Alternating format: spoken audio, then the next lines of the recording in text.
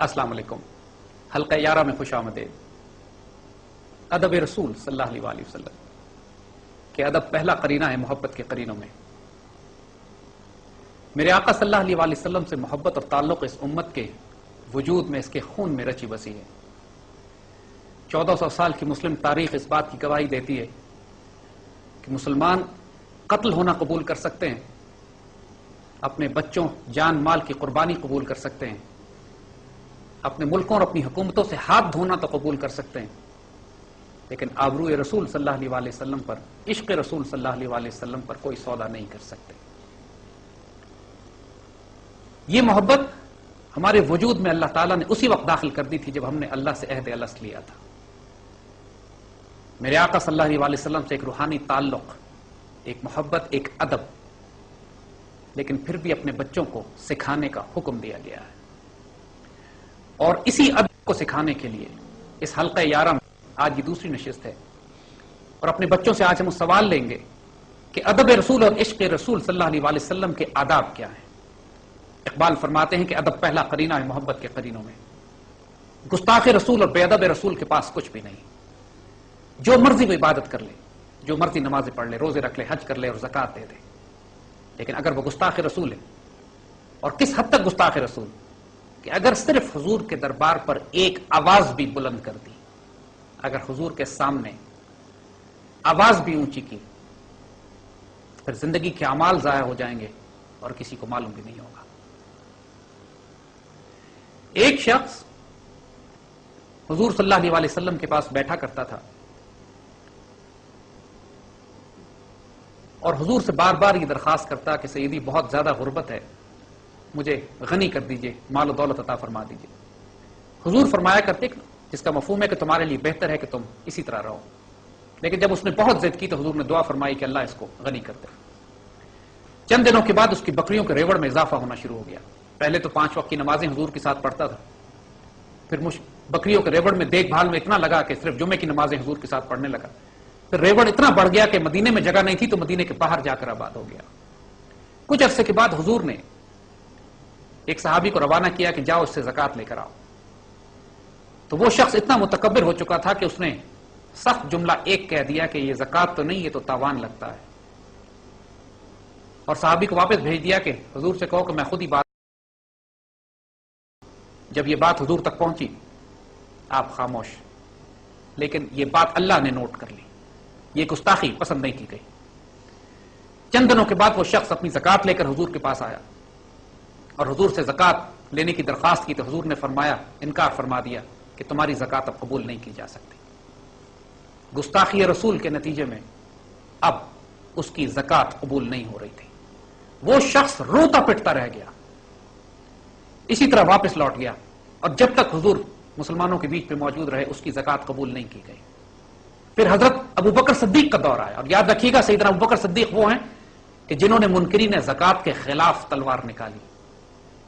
اب وہ شخص پھر آتا ہے سیدنا ابو بکر صدیق کے پاس زکوٰۃ لے کر کہ میری زکوٰۃ قبول کر لیجئے. سیدنا ابو بکر صدیق فرماتے ہیں کہ جس کی زکوٰۃ رسول اللہ نے قبول نہیں کی اس کی زکوٰۃ میں قبول نہیں کروں گا.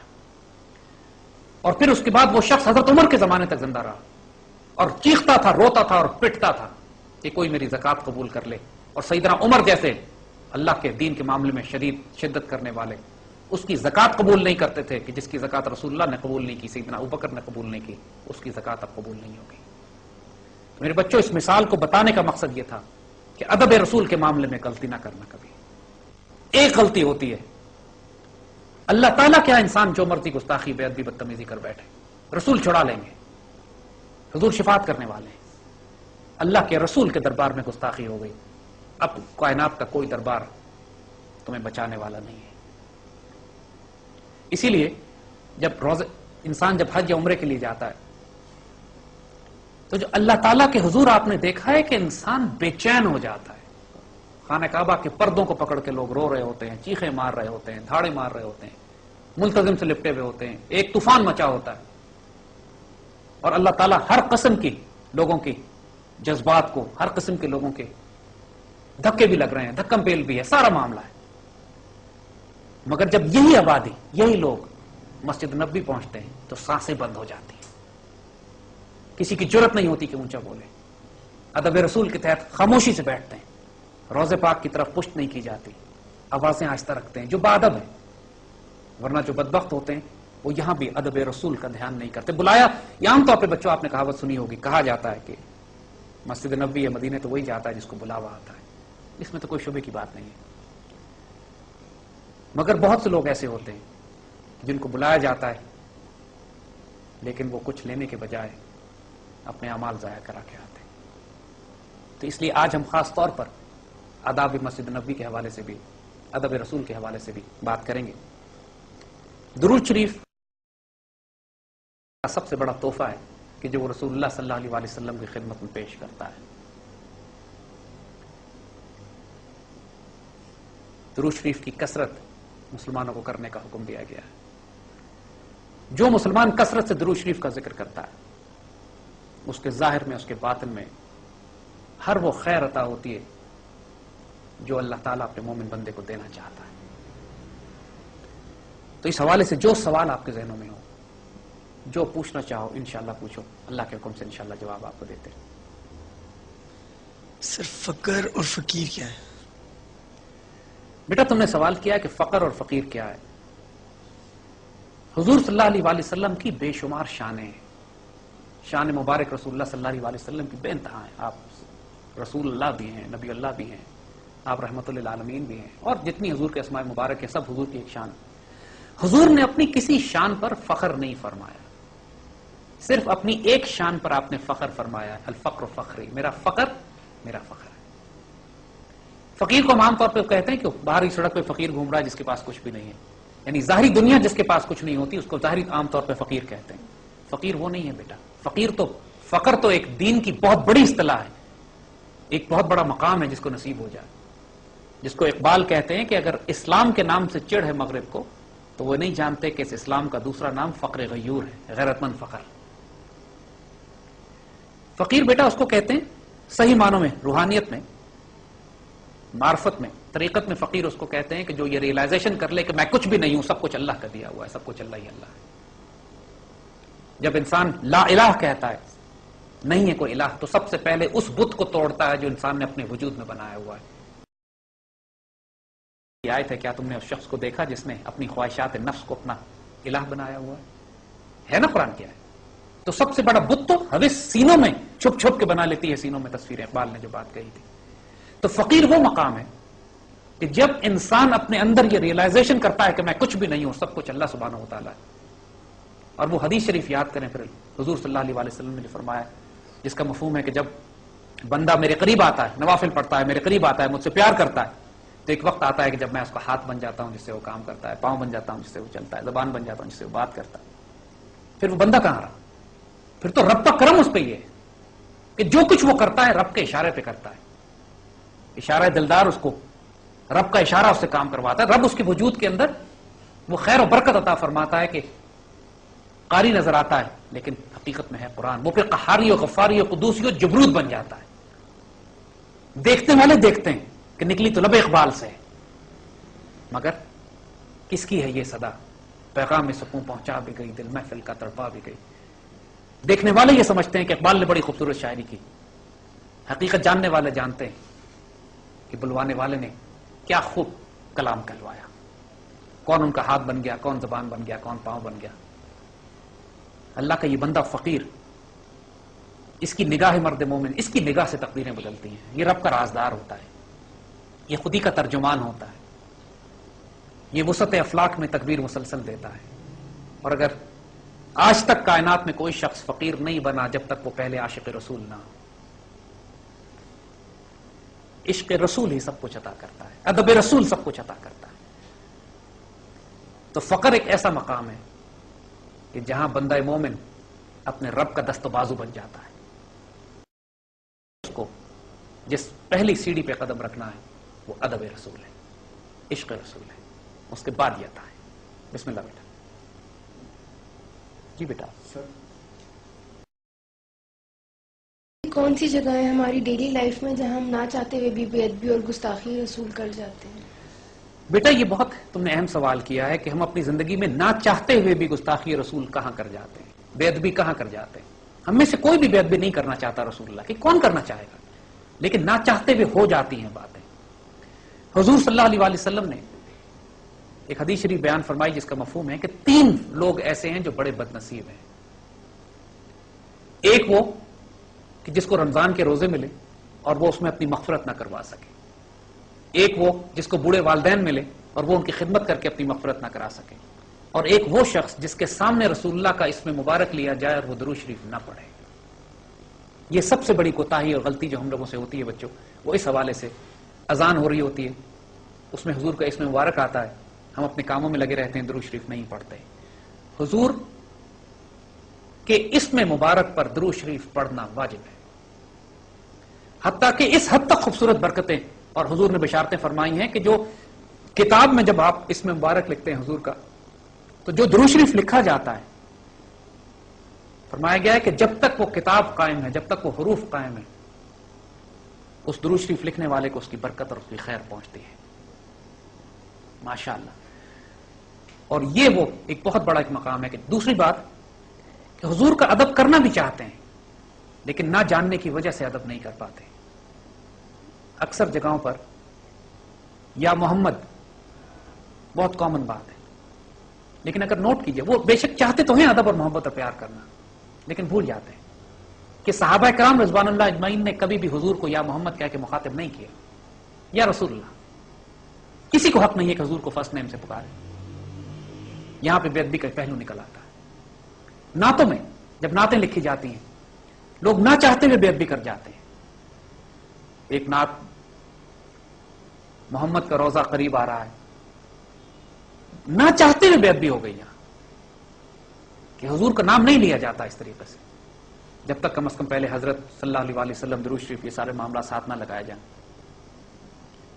اسی طرح قرآن پاک کے بہت سارے تراجم ہیں جہاں پہ لوگ قرآن کی آیتوں کا ترجمہ کرتے ہیں، حضور کے حوالے سے گستاخی کر جاتے ہیں، بے ادبی کر جاتے ہیں. دیکھو بیٹا، انگریزی میں ایک لفظ ہے یو جو کہ چھوٹے بڑے سب کے لیے استعمال ہوتا ہے. عربی میں یہی لفظ انتا کے معنی میں استعمال ہوتا ہے. انتا اس چھوٹے بڑے سب کو انتا کہتے ہیں. لیکن جب آپ اردو میں استعمال کرتے ہیں تو ہمارے پاس اس طرح کے کئی الفاظ موجود ہیں. بڑوں کو ہم آپ کہہ کے مخاطب کرتے ہیں، بزرگوں کو آن جناب کہہ کے مخاطب کرتے ہیں، چھوٹے کسی کو تم کہہ کے بات کرتے ہیں، کسی کو تو کہہ کے مخاطب کرتے ہیں. زیادہ کو سختی کرے تو ابے تو تڑاف پہ بات آ جاتی ہے. ہمارے ہاں 5-7 الفاظ استعمال ہوتے ہیں اردو میں. انگلش میں ایک ہی لفظ ہے یو، عربی میں ایک ہی لفظ ہے انتا. تو جب قرآن پاک کی کوئی ایسی آیت جس میں حضور صلی اللہ علیہ وسلم کو اللہ تعالیٰ مخاطب کرتے ہیں، قل هو اللہ احد جب ہے، تو یہ بھی اس کا ترجمہ کیا جا سکتا ہے کہ اے میرے پیارے حبیب، میرے پیارے نبی، میرے پیارے رسول، آپ یہ ارشاد فرمائیے. ترجمہ کرنے والے نعوذ باللہ یہ بھی کرتے ہیں اے نبی تو یہ کہہ. استغفر اللہ العظیم.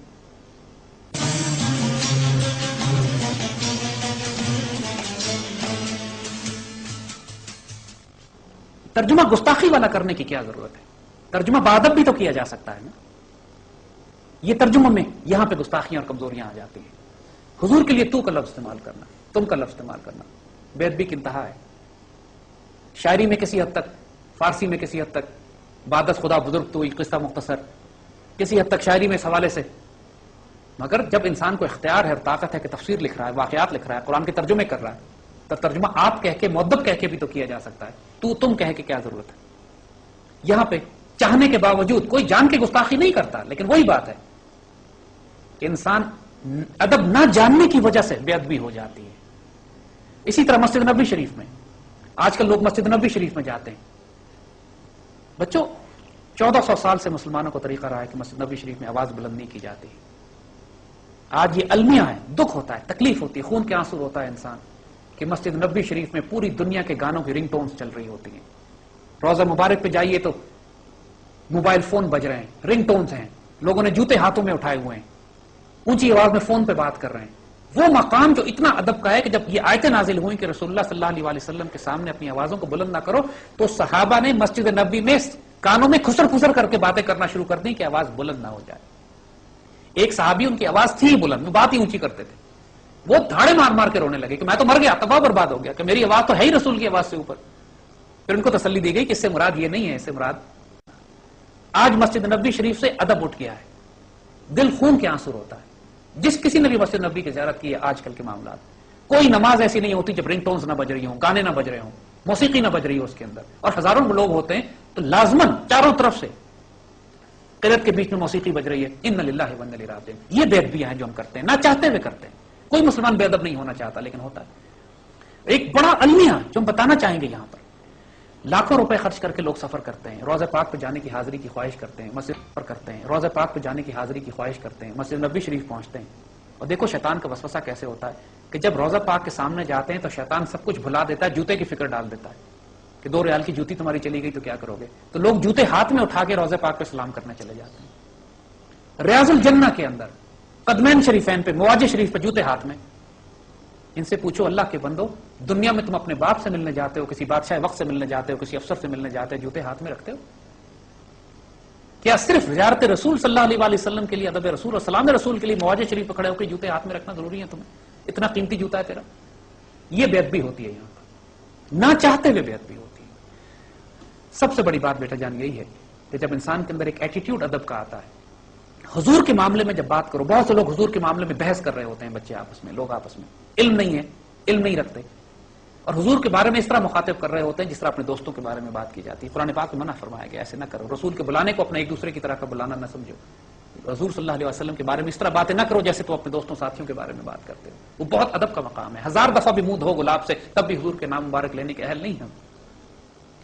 محتاط رہنا ہوتا ہے. اور پھر جب حضور کا اسم مبارک لو تو درود شریف پڑھو. فرمایا گیا کہ وہ اس سے بری محفل کوئی نہیں جس محفل میں لوگ جمع ہوں، بیٹھیں، اٹھیں، باتیں کریں، اٹھ کے چلے جائیں اور رسول اللہ پہ درود شریف نہ پڑھیں. تو اپنے آپ کو اس کو عادت بنا لو. جس محفل میں بیٹھو، کلاس روم میں جاؤ، دوستوں کے پاس جاؤ، محفلوں میں جاؤ، ملو، بیٹھو، اپنے دل میں درود شریف پڑھو. دوستوں تھوڑا سا اونچی آواز میں پڑھ دو تاکہ اور لوگ بھی سن لیں. اٹھتے بیٹھتے عربوں میں رواج ہے، اٹھتے بیٹھتے صلی اللہ نبی، صلی اللہ نبی. ان کی گاڑیوں کے پیچھے اسٹیکر لگا ہوتا ہے رسول اللہ پہ درود شریف پڑھو، صلی اللہ نبی. جگہ جگہ انسان کو تاکید ہوتی رہتی، تذکیر ہوتی رہتی ہے، رسول اللہ پہ درود پڑھو. تو یہ بچے معاملات ایسے ہو جاتے ہیں کہ انسان نہ چاہتے ہوئے بھی گستاخی رسول، بے ادبی رسول کر بیٹھتا ہے. یہ چھوٹی چھوٹی باتوں کا دھیان کرنا ضروری ہے. بڑی بڑی باتوں میں کوئی گستاخی رسول نہیں کرنا چاہتا، چھوٹی چھوٹی باتوں میں غلطیاں ہو جاتی ہیں، ان کا دھیان کرنا ہے. جی بیٹا. سر آپ کی باتیں سن کے اور یہ سارا جب ہم آپ کی محفل میں بیٹھتے ہیں تو ایک عشق رسول کی آگ ہم اپنے اندر فیل کرتے ہیں، لیکن جو وقت گزرتا ہے یا ایسا ایسا یہ پروسیس، وہ فیلنگز، وہ فائر، وہ ڈم ہونا شروع ہو جاتی ہے. بیٹا جان، اسی لیے حضور صلی اللہ علیہ وسلم نے فرمایا، جس کا مفہوم ہے کہ اپنے ایمان کی تجدید کرتے رہا کرو. انسان کو ریمائنڈر چاہیے ہوتا ہے. شیطان بڑا ناپاک ہے، انسان کے وسوسے ڈالتا ہے، انسان کو گمراہ کرتا ہے، اس کا کام ہے نا. اسی لیے بچوں، جو چیز وسلم سے اپنے تعلق کو قائم رکھنے کے لیے، اسی لیے ذکر اللہ، ذکر قلبی کی بات کی جاتی ہے. اسی لیے اللہ کا ذکر اپنے قلب میں انسان جاری رکھتا ہے.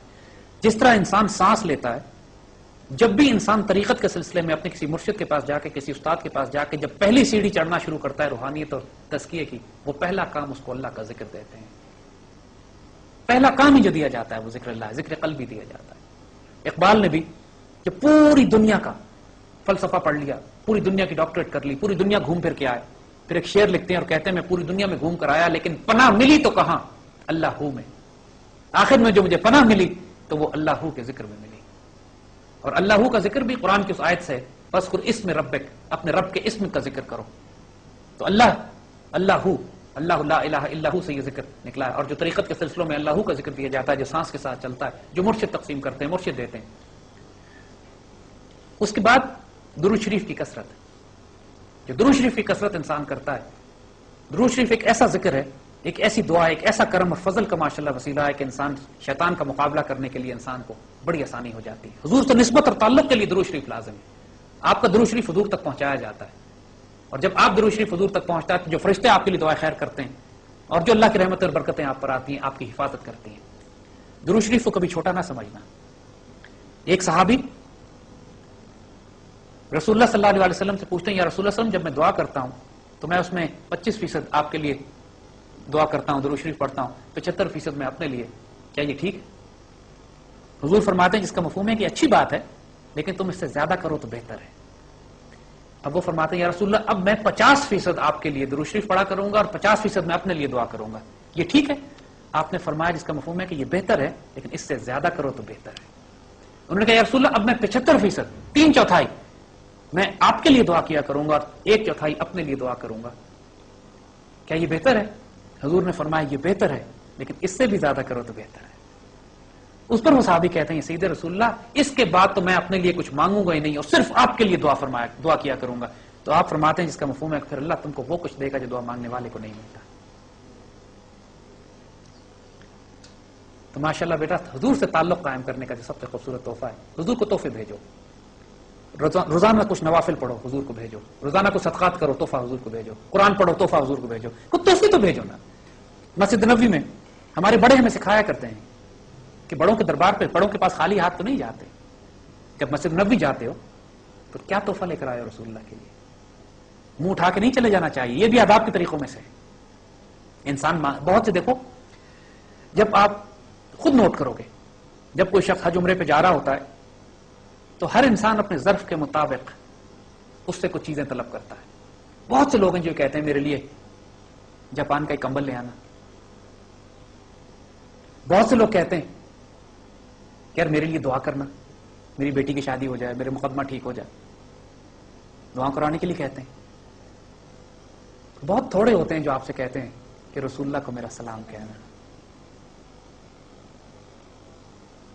تو بیٹا یہ اپنی اپنی تربیت اور اپنے اپنے کرم کی بات ہے. ان لوگوں میں سے نہ بن جانا کہ جو مسجد نبوی سے کوریا کے کمبل منگواتے ہیں. اور مسجد نبوی میں جانے کے آداب میں سے یہی ہے، حضور کے پاس اپنے آپ کو پیش کر کے سلام پیش کرو، خالی ہاتھ نہ جاؤ، تحفے لے کے جاؤ. اور ماشاءاللہ یہ تحفے کبھی ضائع نہیں جاتے. یہ ادب رسول میں سے. ایک اور جو ادب رسول میں سے کہ مسجد نبوی میں آج بھی جب اپنے بزرگوں سے پوچھو وہ بتائیں گے، اولیاء اللہ اور فقراء اور مساکین کی ایک بہت بڑی جماعت ہے جو رہتے ہی مسجد نبوی شریف میں. رات بند ہوتی ہے مسجد نبوی شریف تو اپنے گھروں میں کوٹھڑیوں میں چلے جاتے ہیں، دن میں آ کے بیٹھ جاتے ہیں. اولیاء اللہ کی سب سے بڑی جماعت ہی مسجد نبوی شریف میں ہوتی ہے. فقراء ہیں، مساکین ہیں. اصحاب الصفہ کی سنت پہ بھی لوگ آج موجود ہیں. ایسے لوگ مسجد نبوی میں موجود ہوتے ہیں جو صرف قرآن سیکھتے ہیں، دین سیکھتے ہیں، قرآن تقسیم کرتے ہیں وہاں پر، اور ان کا ذریعہ آمدنی ظاہراً کوئی نہیں ہوتا، وہ حضور کے مہمان ہوتے ہیں. تو جو اللہ کے بندے حضور صلی اللہ علیہ وسلم کی زیارت کے لیے مسجد نبوی کی حاضری کے لیے جاتے ہیں، وہ اس بات کا لازم کر لیتے ہیں اپنے اوپر کہ مسجد نبوی میں بیٹھے ہوئے فقراء کی اپنی استطاعت کے مطابق خدمت بھی کریں. وہاں جا کر تحفے تقسیم کریں، کچھ پیسے دیں، بزرگوں کو دیں. اور یہ فقراء جو وہاں بیٹھے ہوتے ہیں یہ تحفہ قبول کرتے ہیں، اور تحفہ قبول کر کے پھر آپ کے لیے دعائیں خیر کرتے ہیں.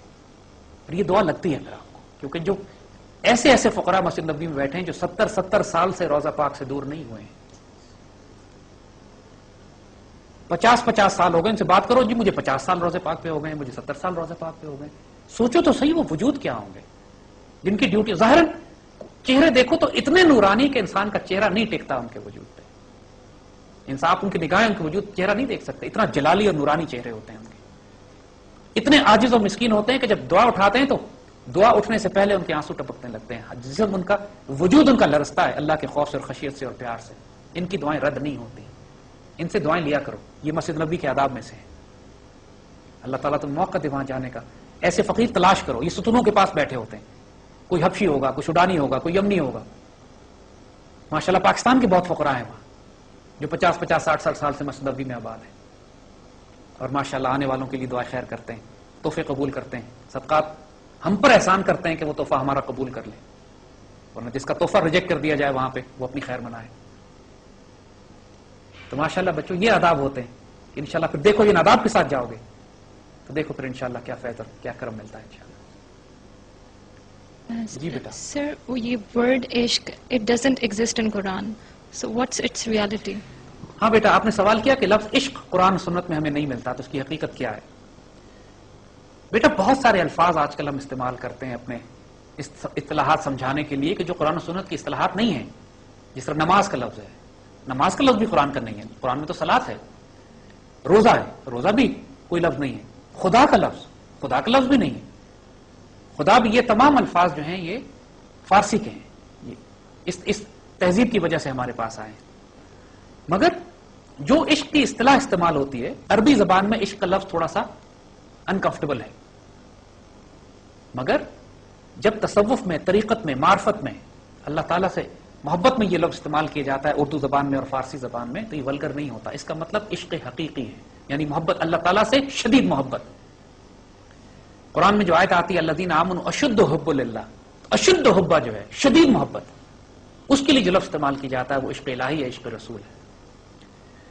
اور یہ کسی حوالے سے بھی ولگر نہیں، بلکہ ایک بہت ہی شدت کے ساتھ، حدت کے ساتھ، محبت اور تعلق اور پیار کے ساتھ اللہ کے رسول صلی اللہ علیہ وسلم سے محبت کو اور اللہ سے محبت کو ریپرزینٹ کرتا ہے۔ تو یہ لفظ فارسی کلام میں، اردو زبان میں علامہ اقبال نے کثرت سے استعمال کیا ہے۔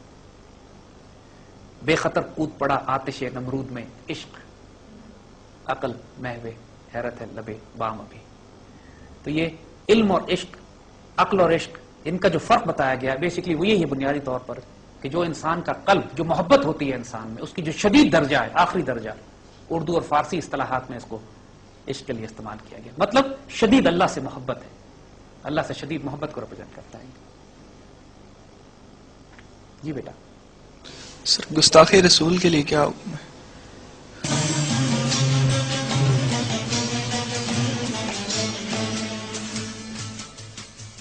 بیٹا جان، 1400 سال کی مسلمان تاریخ میں، مسلمان معاشروں میں تو یہ تصور ہی نہیں تھا کہ کوئی گستاخ رسول بھی ہو سکتا، مسلمان معاشرے میں تو ہو ہی نہیں سکتا، اور کوئی شخص بھی حضور صلی اللہ علیہ وسلم کی شان میں مسلمان ہو کر تو گستاخی کر نہیں سکتا، گستاخی کرے گا تو وہ دائرہ ایمان سے ہی باہر جائے گا، اور اس کی سزا بڑی شدید ہے۔ صحابہ کرام رضوان اللہ اجمعین، ایک بات سمجھنے کی ضرورت ہے بیٹا کہ حضور صلی اللہ علیہ وسلم کے وقت میں بھی بہت سارے لوگوں نے حضور کے پاس آ کے گستاخیاں کی، اور صحابہ کرام کا دل چاہتا تھا کہ ان کو قتل کر دیں، اور بہت سے موقع ایسے تھے کہ حضور نے صرف اس لیے صحابہ کو روکا اور درگزر فرمایا کہ اگلا کرنے والا بدنیت نہیں تھا، جانتا نہیں تھا، صرف اننوئنگلی ہو گیا، اس سے نافہمی میں ہو گیا۔ کہ ایک بدو آیا حضور کے پاس اور بڑی شدت سے حضور کے ساتھ سختی سے بات کی، چادر بھی کھینچی، گستاخی کی، بدتمیزی کی، اور کہا کہ مجھے مال دیں، میرے اونٹ کے اوپر سامان لدوا دیں۔ اتنی بدتمیزی کی کہ صحابہ کرام اسے قتل کرنے دوڑے۔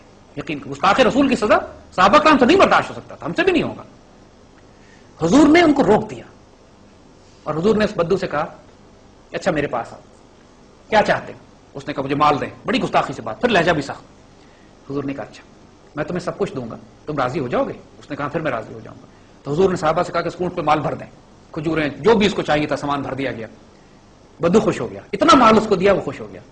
تو حضور نے اس سے پوچھا کہ اب تم راضی ہو؟ کہ جی میں راضی ہوں۔ کہتا ایسا کرو یہ بات تم صحابہ کو بتا سکتے ہو میرے، وہ ناراض ہے تم سے؟ تو وہ کہتا جی اب میں بتا دوں گا۔ تو وہ صحابہ کے پاس گیا، کہتا ہے اب میں راضی ہوں۔ پھر وہ اونٹ پہ بیٹھا اور چلا گیا۔ تو حضور نے صحابہ کو بلایا، اتنی دیکھو قربان جائیں اپنے رسول پہ، قربان جاؤ۔ فرماتے ہیں دیکھو اس بدو کی مثال ایسے تھی جیسے گاؤں میں کسی کا، شہر میں کسی کا اونٹ گم جائے، اور سارے لوگ اس اونٹ پکڑنے کے لیے بھاگے، وہ اونٹ آگے آگے بھاگتا رہے، پھر جو اونٹ کا مالک ہے وہ آئے، وہ اس کو چمکارے، وہ اس کو پیار کرے، اور اونٹ سارے بھاگنا بند کر دے اور آ جائے اپنے مالک کے پاس، اور مالک پکڑ کر اس پر کاٹھی ڈال دے۔ فرمایا حضور نے کہ یہ بدو، اس جیسے لوگ، یہ میرے اونٹ ہیں، تمہارے قابو میں آنے والے نہیں ہیں، یہ میرے اونٹ ہیں، تم لوگ تو مار ڈالو گے ان کو، لیکن اگر یہ میرے پاس آئیں گے تو میں ان سے محبت اور پیار میں ان کو میں سدھار لوں گا۔ یہ حضور کر سکتے ہیں۔ صاحب بصیرت، صاحب نظر لوگ جو وقت کے صاحب نظر ہوتے ہیں وہ بھی اسی طریقے سے دلوں کو پھیر لیتے ہیں، لیکن جو بالکل ہی بدبخت ہو جائے پھر اس کی سزا وہی ہے جو راجپال کی، جس نے گستاخی رسول، علامہ اقبال کے دور میں 1935 میں 2-3 واقعات اس طرح ہوئے، گستاخوں نے جنہوں نے حضور کی شان میں کتابیں لکھی۔ تو غازی عبد القیوم نے، ایک تو غازی عبد القیوم کراچی کا ٹانگا چلاتا تھا، اس نے جا کے ایک کو قتل کیا، دوسرے کو غازی علم دین شہید نے قتل کیا۔ تو عبد القیوم کو جب قتل کیا تو ان کو سزائے موت ہوئی، دونوں کو سزائے موتیں ہوئی۔ تو کیس علامہ اقبال کے پاس بھی آیا، بہت سے لوگ کراچی کا ڈیلیگیشن بنا کے اقبال کے پاس پہنچے کہ آپ کو بہت بڑا مقام ہے، آپ وائس رائے سے بات کریں تاکہ غازی عبد القیوم۔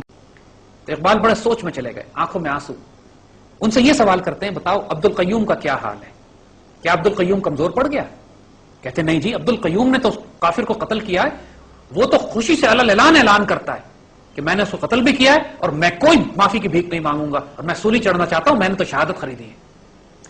تو اقبال کہتے ہیں پھر اس کے اوپر ان لوگوں کو مخاطب کر کے کہ وہ شخص جس نے شہادت خریدی ہے اگر زندہ رہا تو غازی، مر گیا تو شہید، تم مجھ سے اس کی سفارش کروانا چاہتے ہو؟ میں اس کی سفارش نہیں کروں گا، اس کو شہید کی موت مرنے دو.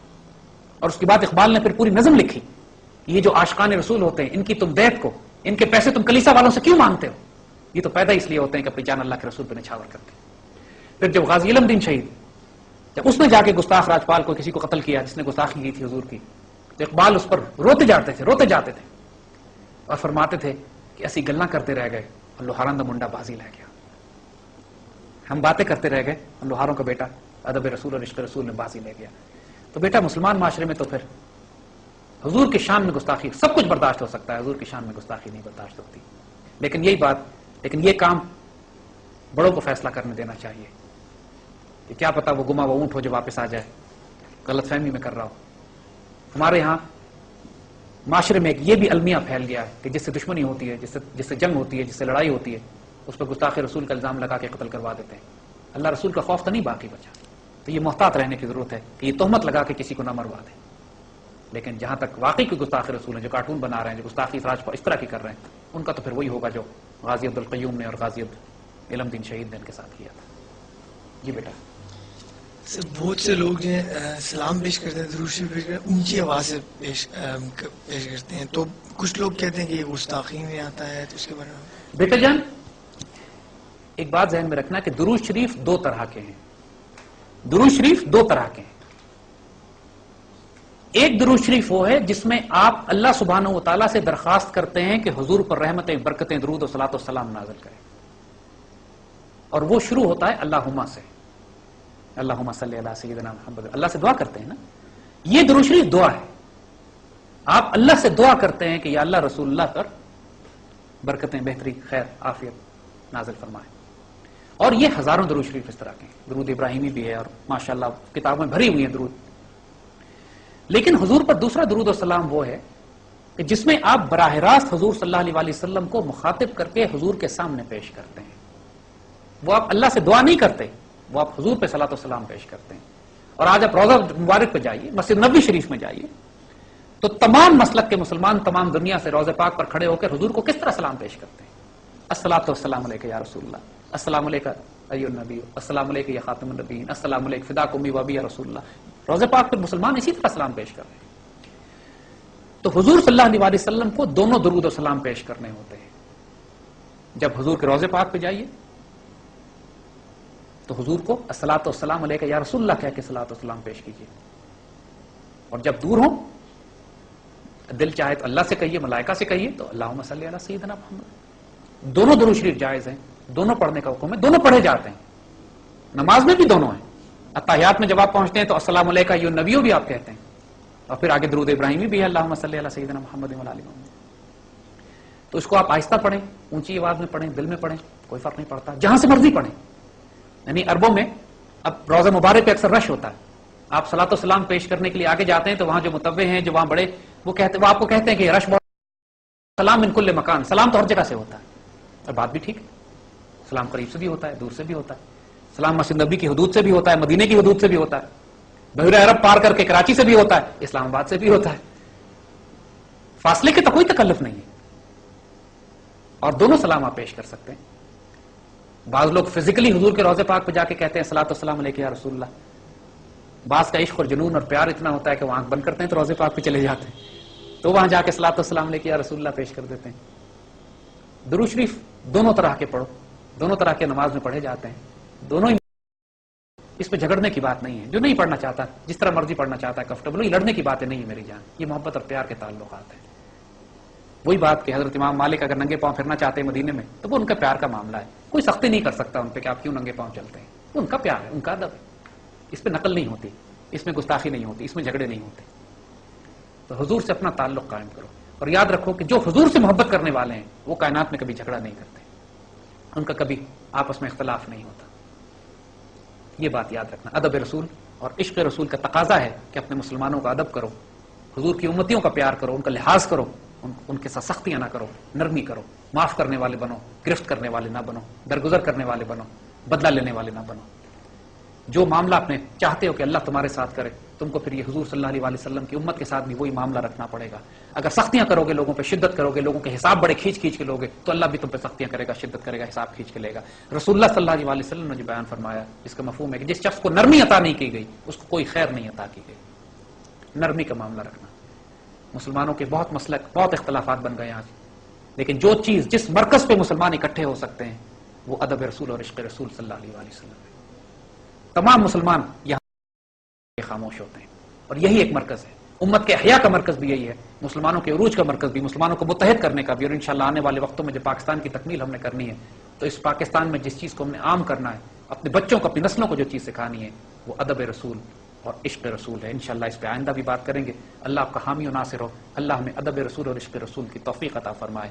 وعلیکم السلام ورحمۃ اللہ وبرکاتہ.